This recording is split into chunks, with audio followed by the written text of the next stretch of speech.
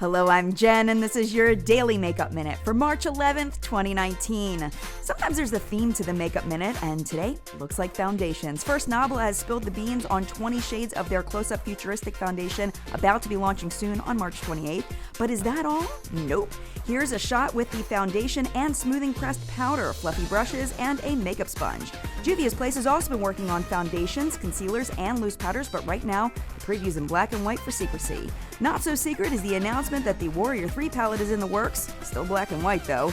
And are these foundations? Not quite. These are the Sol de Janero limited edition glow oil shades that'll launch on March 19th at their site and Sephora. From left to right, Samba Sway, Goldie Rocks, and Master Flash. Finally, Peach and Lily want you to know that the next big thing in skincare is Salmon Sperm. Apparently, they can barely keep the Shangpree marine jewel capsules in stock. $135 for 30 capsules. We'll do a deeper dive in Sunday's What's Up in Makeup. That's it for now. We'll see you here same time tomorrow. Don't forget our full-length weekly newscast, What's Up in Makeup, every Sunday morning on YouTube.